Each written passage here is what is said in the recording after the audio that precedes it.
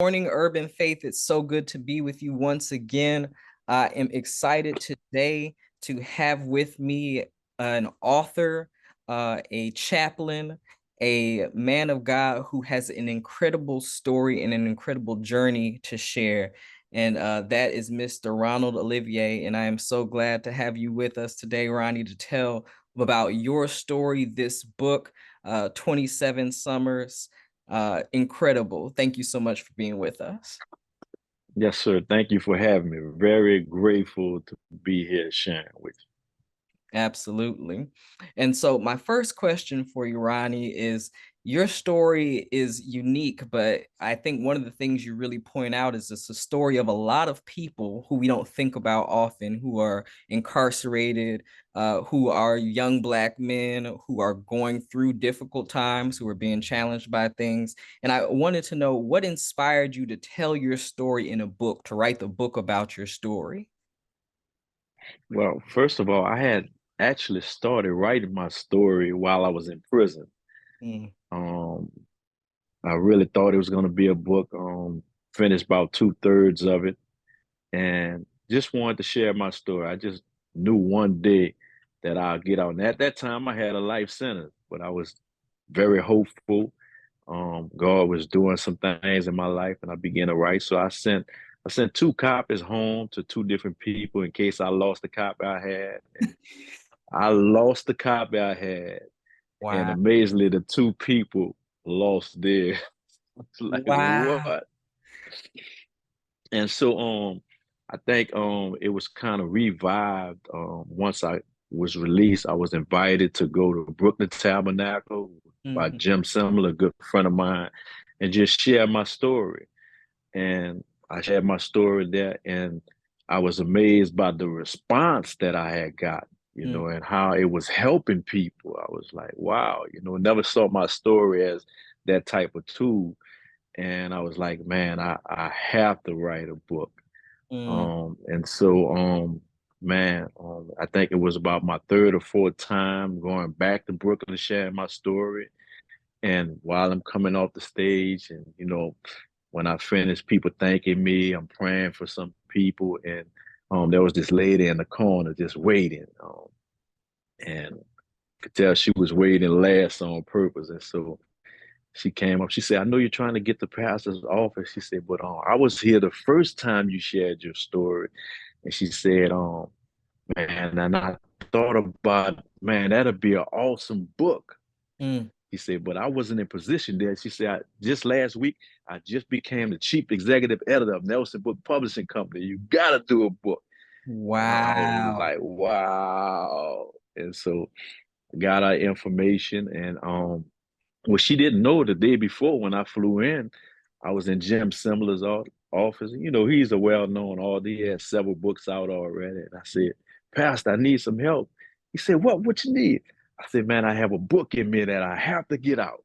That was the day before. And the Wow. next day that happened. Man, just miracle after miracle, man, my life story. So very grateful.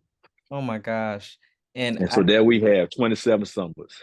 and it's amazing. Yes. It's God moments are all through this book. And I mean, clearly even happening, it's an inception. Uh the next question I have for you is take me back. I mean, I spent a lot of time with you leading up to you being in prison. Can you talk a little bit about the impact of the environment and just the brokenness of the community that got you to a place to being in prison? Yes, sir. Man, I'm from a native of New Orleans, Louisiana, and grew up in a very poverty-stricken area.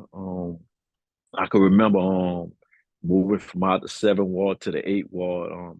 New Orleans is divided into different wards, it's separated. And so we moved to the eight ward, very nice neighborhood. I can remember sitting on my porch, feeding the birds, you Mhm. know. And but around the late 1980s, something drastic took place. It was the crack epidemic. Mhm. It came in and completely destroyed my neighborhood. And and what drugs comes always follows is violence. Yeah. So there was a lot of violence, and so here it is. I'm a little kid. I'm I was so accustomed to hearing gunshots and hearing sirens. That was very normal for me. Always drama in the neighborhood. And so um, during that time, also right before that, another great transition took place. My dad, who was my hero, had a very great relationship with him. Always wanted to be like him. Always aspired. Very good man. He was very intentional in his parent, Mm. and very disciplined too. He didn't play, and so Yeah. he was moving to Jacksonville, Florida, actually where he resides now. And I couldn't understand the reasoning. The little teenage mind couldn't grasp that, man. My dad was leaving, and so, man, I was very hurt by that, and that hurt turned into anger. And before you know it, now here's this crack epidemic, this whole new neighborhood, and really had no man to navigate me through that. And so the streets began to fall to me. Yeah. And and so here it is, the drug dealers who I aspire to be like now, the guys with the flashy cars and the rims and all that was being attractive, very attractive. The gold teeth and just everything that came with their lifestyle. So that's what I wanted to be. So me and a group of friends, a couple of friends of mine, we started selling drugs, you Mm. know, and and doing a whole lot of other things in the neighborhood that that wasn't conducive to it. We just was, you know, this how it was. So we became a part of it. I think a lot of times we don't realize how a kid's greatest teacher is not what you tell them, rather than what he sees. Mm. You know. And so we saw all this and we became a part of it. And consequently, it led me to an altercation I had with a guy. We jumped him, and the next time he sees us, it's Christmas Day on Canal Street, and he we're outnumbered. There's about six of them, two or three of us, and um, one thing led to another. Shots was fired, and left two young men in a pool of blood. One died and one survived. And 2 days later, I was charged with murder. Mm. Um, I went to the juvenile bureau and went to juvenile court a couple of times, and just like, I had been there before for little minor things, little simple robbery, theft, or something like that, and my mother come sign me out, Yeah. and so I was waiting for my mother to come sign me out that time, and mama couldn't sign me out that. And so what they did is, after a couple of times of going to court, they charged me as an adult. Mm. Mm. And I got rebooked. I went to the adult prison, and they rebooked me on first degree murder, which carries the death penalty. Mm. So I was 16 at the time I was on of the offense. And by the time I go to trial, I'm 17 years old on trial for first degree murder. And man, my life completely changes. Yeah. Which is, I just think, so incredible. And it's one of the things people don't realize is how long the justice system can take. And for young men not considering that that could be a reality, that they could, you think, especially when you're used to doing things a certain way, you're going to get away with it this time too. And that time that you Mhm. don't can be the one that changes your life. Can you talk a little bit about um, just that um, trouble of getting used to living a life that is violent or that is troubled? And really, I'm trying to get to the idea of living a sinful lifestyle can feel so normal Right, that we don't right. realize that sooner or later it's going to catch up, And I think one of the tricks is what the enemy uses is that, man, you okay, you'll never get caught. Yeah, Mm. so and so got caught, but not you. You Mm. too slick. You too sharp. and he just lets us see, all that we can accumulate, all this stuff, the money, the fame that comes with it, but never let us see the end of it. And so a lot of my friends never made it out of their teens. There was gunned down in the street. Yeah. Um, and murder was all around me, and I really thought that was my fate. I Yeah. felt, hey, that's how it's supposed to go. I thought this was a way of life. You do what you live as long as you can live, and die. And I always thought I'd die before I was 21. I never thought I'd make it out my teens. Yeah. And man, it just becomes accustomed. You become accustomed to it. It's like I heard a story about boiling a frog. You never just put him in hot water. Mm-hmm. You put him in temperature water and let the temperature increase, and he'll stay there and boil to death. But if you just Mm-hmm. drop him in hot water, he'll get out. Yeah. And so, I really felt like, man, that was my fate. I couldn't get out. And now I can look back and see all the escape routes that God was trying to get me out, you Mm-hmm. know. But the enemy had blinded my mind so much to make me think that there was no way out. And that's one of the greatest lies of the enemy, man. You're stuck there. You'll never get out. This is where life's supposed to be. No, that's a lie. Yeah. And I think that's so seductive. I want to take you to that moment, which I think was another God moment, where you realized that you weren't going to get the death penalty, but instead we're going to get life in prison. Right. And at the time felt like there wasn't a lot of difference. Can you talk about just what it was like literally to be placed between death and life, and to find out life had been chosen for you? And, yes. And so here it is. I'm on trial for first-degree murder, facing the death penalty. And up until that point, everything was fun and games to me. It wasn't real, though. I was getting out. This wasn't gonna take long. I didn't feel the weight of it until I was in they placed me in the holding tank about 12 a.m., 1 a.m. in the morning while the jury was deliberating. And man, I could still hear the iron door slam and the key turn, and I could still hear the guard's footsteps fading off until I couldn't hear him no more. And I'm there alone on the docks. And man, the weight of that, what was going on, came crushing down on me. I was like, whoa, there's 12 people that don't know anything about me that's making the decision on whether I live or die. Mm, And I was like, wow. And in that moment, I was like, man, I don't want to die.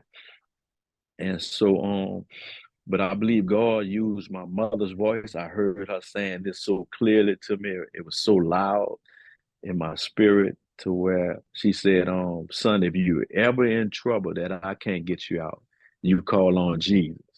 mm, And at that moment, I got on my knees. I'm crying, and I called out to Jesus, and had a very simple prayer. I made a deal with God. A lot of people say you don't make deals with God. I made a deal with him, mm, and I said, Lord, if you don't let them kill me, I promise you, I'll serve you the rest of my life. mm, And for the first time in my life, I had experienced and felt the peace of God. There was a peace that came on. I didn't know what it was then, but I just had this inward resolve that I was going to be okay. It was this calmness that came over me. And so the jury came back with a guilty verdict of the lesser offense, which was the responsive verdict on second-degree murder. And that carried a mandatory life sentence without benefits of parole or probation. And so, in layman's terms, man, you die in prison. mm. You never get out. And so, but I like to put it like this: in that holding tank, man, I had received two life sentences. Mm. The state was giving me a life sentence with no benefits, but God was giving me a life sentence with so many benefits that He encouraged you in His Word to not forget them. Yeah. You know, Wow. and so um, and so there it is, man. I get this life sentence, and I'm headed to penitentiary now, not just jail, but penitentiary, which is a big difference. Yeah. Can you talk about kind of entering in that? I mean, the place that you went, it's called Angola, right? Louisiana State Penitentiary. And you had heard, it was hell on earth, right? For a lot of. Yes, yeah, Can you talk about what it was like as you transitioned into that space, and what was going through your mind as you're entering into this place? You going from living a life that you felt like, yes, was nothing to a life that's worse than that. And now you have this yes, God, seed in your life. yeah. And so here it is. I never forget. I remember it like it was yesterday. I'm riding on this long road, the Snake Road, right off of 61. It's 20 miles to Angola. And I'm thinking, I'm like, man, I never forget my first thought was, man, what have you gotten yourself into? You know? And then I start to think about all the stories I heard about Angola. Angola was once the bloodiest prison in the nation. It was known for its violence. Um, and one of the things they did there was they preyed upon the young. Mm, They would rape the young guys and make them their little slaves to do this, do that, wash this and wash that, and so I was aware of all of that, and so I had made a decision while I was on the bus. I said, man, I'm going through this gate of man, and I'm going to leave out this gate of man. Whether I'm walking up, I got to leave out in the box. They mm, kill me. I'll be a man. And so that was my mindset. And just amazingly, but God, God had a plan. He was up to something. And it just so happened that I was placed around a lot of guys who was willing to help me and not hurt me.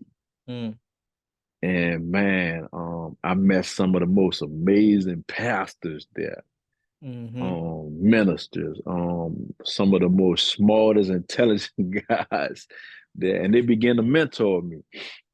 And so even though I believe with all my heart of hearts that I was born again in that holding tank, but and there was no outward evidence of it. I still was acting the same, I still was talking the same. But there was one thing that that was different. Even though I was doing all those things, I felt bad about it. Mm, I didn't feel comfortable. You know, I mm, had a foul mouth with profanity, but I'm feeling bad about talking like I'm talking. mm, I wasn't comfortable. And so God was convicting me, and I really didn't have anyone to disciple me. And so he placed me around these guys who disciple me.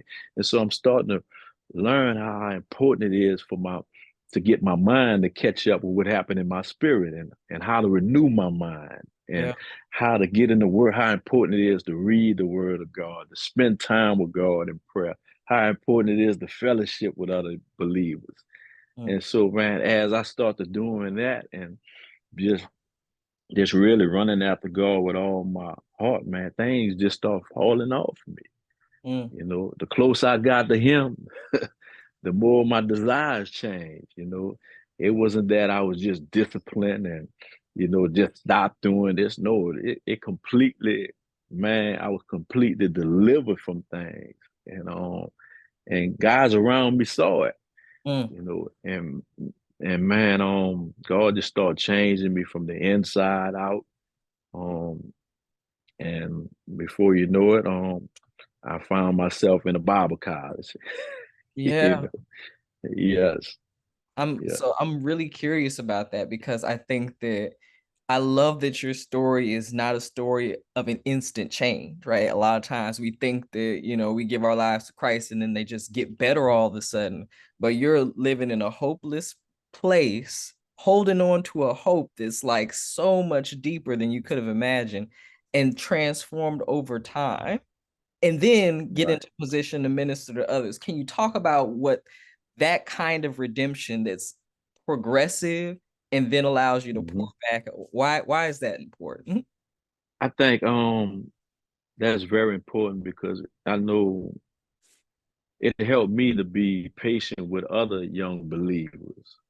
Mm, Because you could be very judgmental if you're not careful and say, oh, they're not born again, or they're not.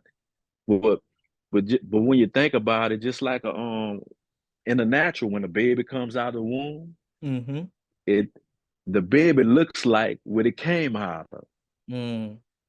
And so that baby, that baby don't come out looking like the little Gerbil baby. And we talk about, oh, he's so cute, and Yeah, the baby look like a little prune with all type of afterbirth on. Has to go through a process to yeah, be clean, to be fed, to be changed, and so the baby is totally dependent on someone else, mm, and so that's discipleship comes in, and even though I knew I was born again, man, I looked like what I came out of, you mm, know. I still was doing some of the same things, but I continued to go to church, and a lot of people would think, say, I know it was a lot of pressure on guys, man, you going to church, you still doing all that, you going to church, man, as if you're supposed to be perfect when you go to church. yeah, Uh, right. And not realizing that the church is man, it's a spiritual hospital. People go there because they're sick. that's right. All us sick in some shape, form, or fashion, And so and all us get some type of treatment.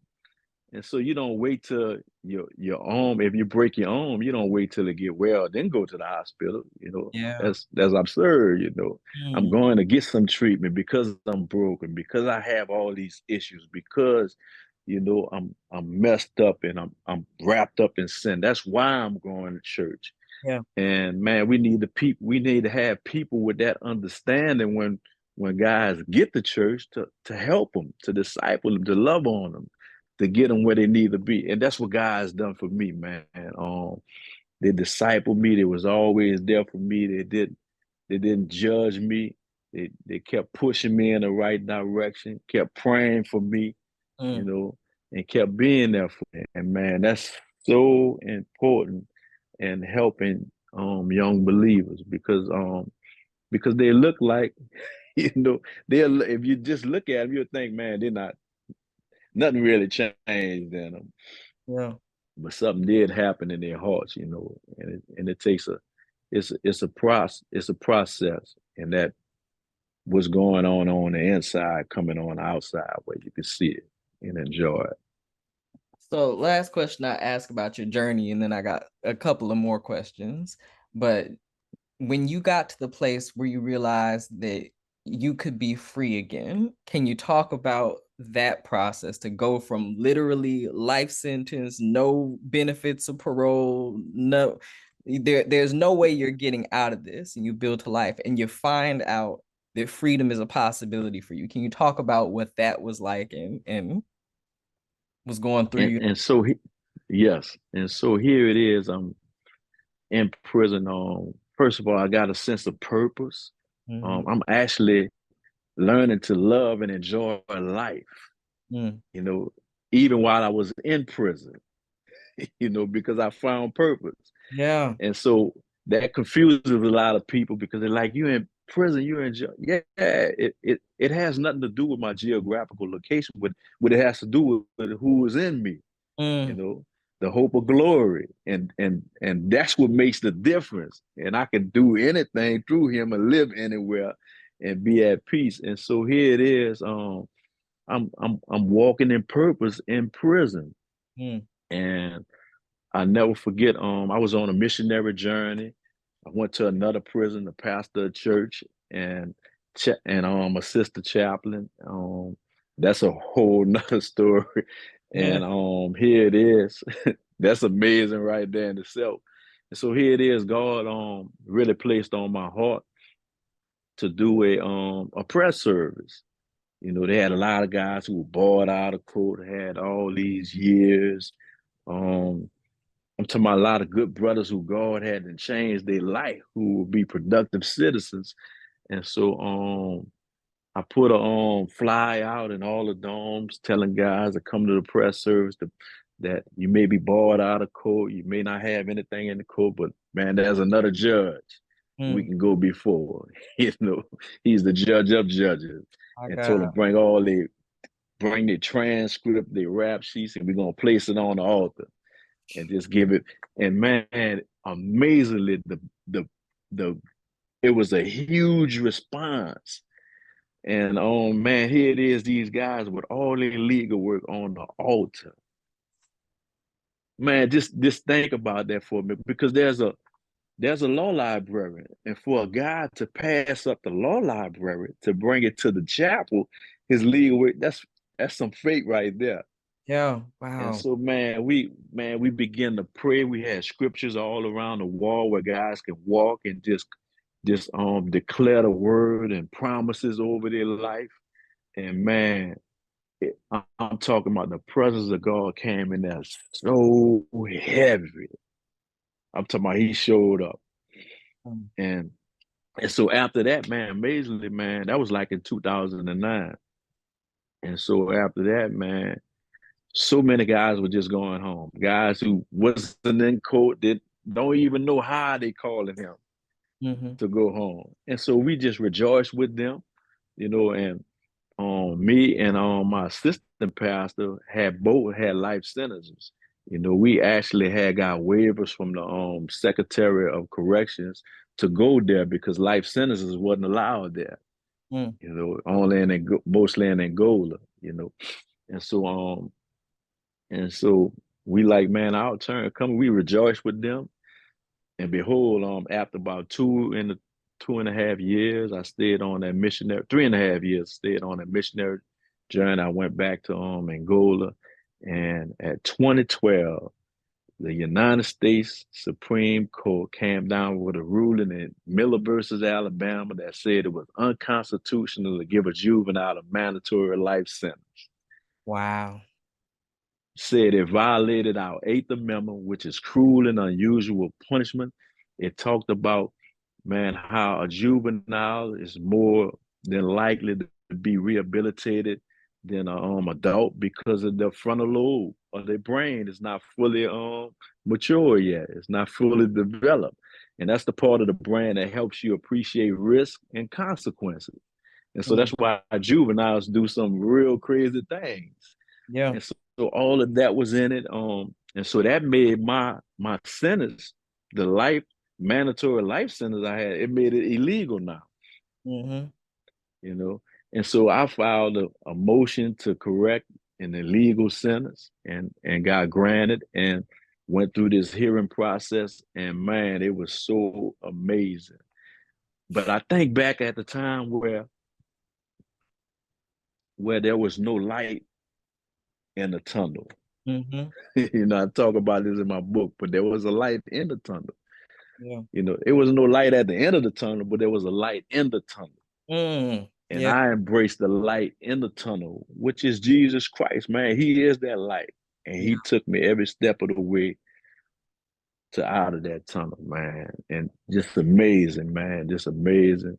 Man, all glory go to him. Look, I had no way out.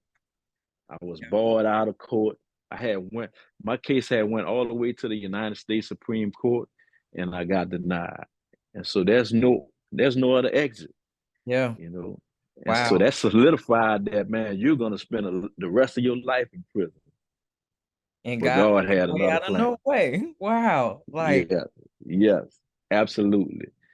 it's And amazing. man, Last question I got for you before I gotta go is, what advice would you give to young adults now who may be feeling hopeless or may feel like there's not any way out of their situations? Because I think your story really speaks to that. What advice would you give to young adults who are feeling like that or younger? one thing I would say, man, to have hope, man, you have to embrace the hope of glory, which is Jesus Christ, man. There is absolutely no hope without him. And so I would encourage you to to develop that relationship. I'm not talking about religion. I'm not talking about just going to church.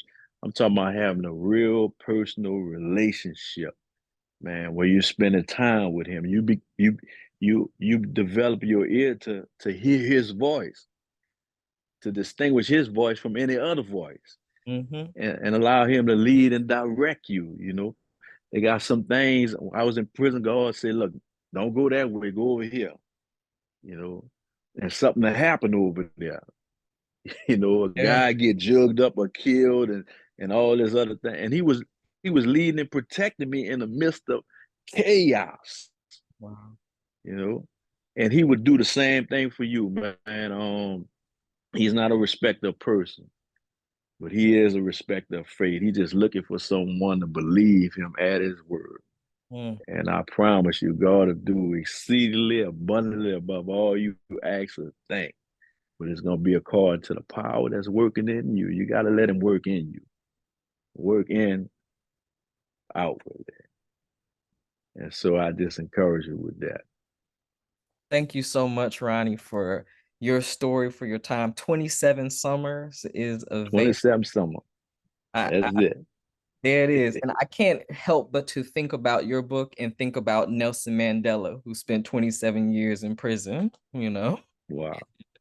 Paul, right, who's a prisoner of the gospel and preaching the gospel, and you're living it Yes. out in our modern time. So thank you so much, Ronnie. Yes. Yes. Thank you. Thank you, man. Absolutely.